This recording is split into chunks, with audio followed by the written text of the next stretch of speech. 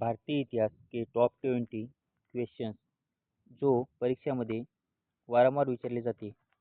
तर प्रश्न पहिला आहे, सिंधू संस्कृतीतील प्रसिद्ध बंदर कोणते होते? तर याचं बरोबर उत्तर आहे लोथल. लोथल हे सिंधू संस्कृतीतील प्रसिद्ध बंदरगाह होते.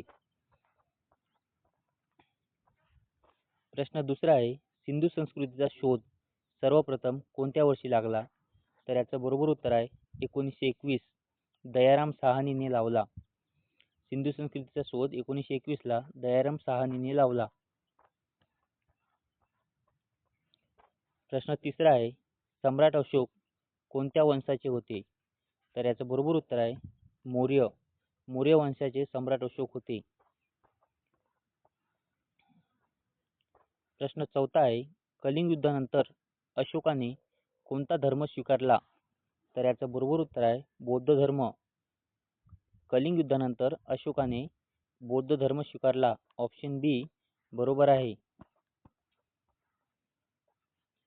प्रश्न पाचवा आहे, अर्थशास्त्र हा प्रसिद्ध ग्रंथ कोणी लिहिला? तर याचं बरोबर उत्तर आहे कौटिल्य. त्याला चाणक्य असे म्हणतात. प्रश्न सहावा आहे, गुप्त काळाला भारतीय इतिहासात काय म्हटले जाते? तर याचं बरोबर उत्तर आहे सुवर्णयुग. सुवर्णयुग म्हटले जाते. प्रश्न सातवा आहे, नालंदा विद्यापीठाची स्थापना कोणी केली? तर याचं बरोबर उत्तर आहे कुमारगुप्त प्रथम यांनी नालंदा विश्वविद्यालयाची स्थापना केली. प्रश्न आठवा आहे, दिल्ली सल्तनतचा पहिला सुलतान कोण होता? तर याचं बरोबर उत्तर आहे कुतुबुद्दीन ऐबक. ऑप्शन बी बरोबर आहे.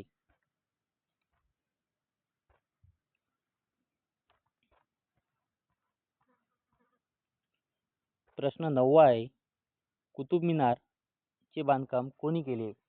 तर कुतुब मिनारचे बांधकाम हे कुतुबुद्दीन ऐबक यांनी केले.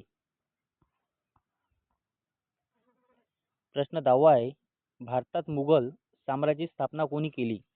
तर याचं बरोबर उत्तर तुम्ही कमेंटमध्ये सांगा.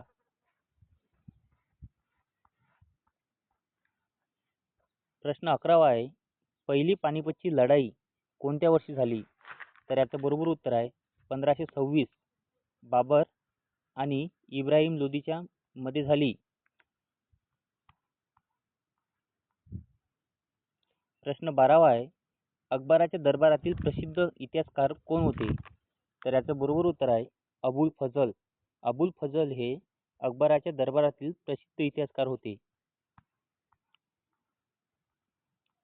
प्रश्न 13वा आहे, छत्रपती शिवाजी महाराजांचा राज्याभिषेक कोणत्या वर्षी झाला?